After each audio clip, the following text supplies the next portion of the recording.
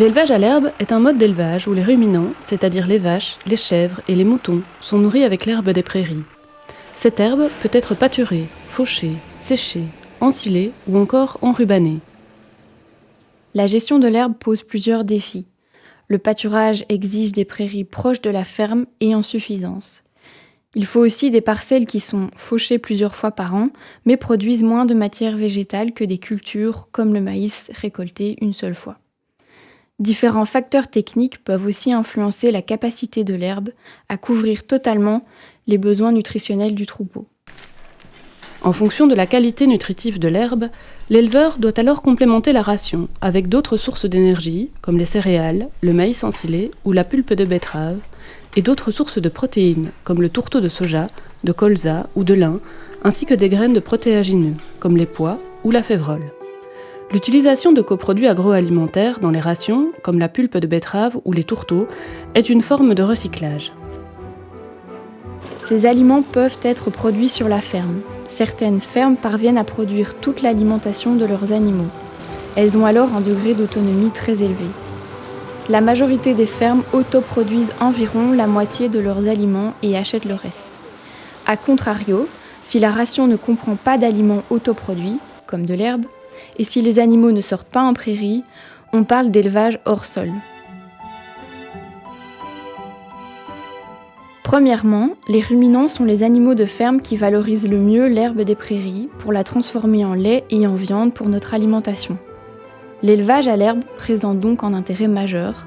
Il permet de valoriser des prairies obligées, c'est-à-dire des prairies qui ne se prêtent pas à la culture pour des raisons pédoclimatiques, terrains accidentés, trop humides, etc.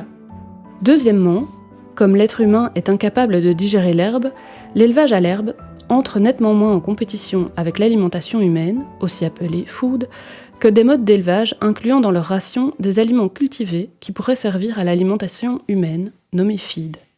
On parle de compétition food-feed. Alors, en Wallonie, si on prend l'exemple des vaches laitières, on produit 80% de nos aliments en région wallonne. Le problème, c'est qu'en fait, c'est un certain type d'aliment qui est importé, en particulier les matières riches en protéines, dont spécifiquement le tourteau de soja. Le tourteau de soja, c'est un aliment très qualitatif qui a longtemps été qualifié comme le coproduit de l'huile de soja qu'on extrait de la graine.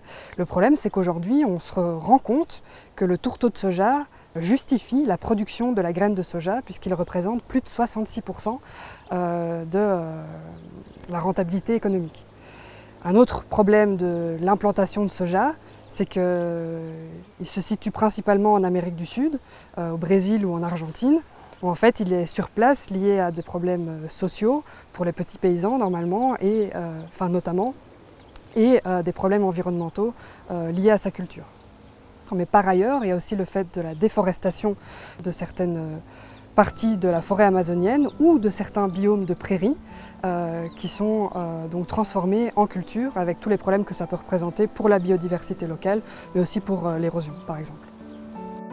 Troisièmement, bien que complexe à gérer, l'herbe est un aliment complet avec lequel les ruminants ont coévolué. Il y a plus de 50% de l'assolement wallon qui est sous forme de prairie, donc ça représente un aliment produit localement qui permet une autonomie de nos fermes. C'est un aliment qualitatif qui est doté de protéines et donc qui permet d'atteindre certaines performances uniquement sur base de son utilisation. Par ailleurs, c'est un aliment qui, de par sa richesse en protéines, gagnerait à être complémenté en énergie, dont certains concentrés énergétiques sont produits sur notre territoire. L'herbe peut donc diminuer fortement la dépendance au feed, précité, et laisser leur surface de culture disponible pour l'alimentation humaine. En conclusion, l'alimentation basée sur l'herbe présente un intérêt pour un élevage plus respectueux de l'environnement et de la répartition de l'espace entre production dédiée à l'alimentation humaine et animale.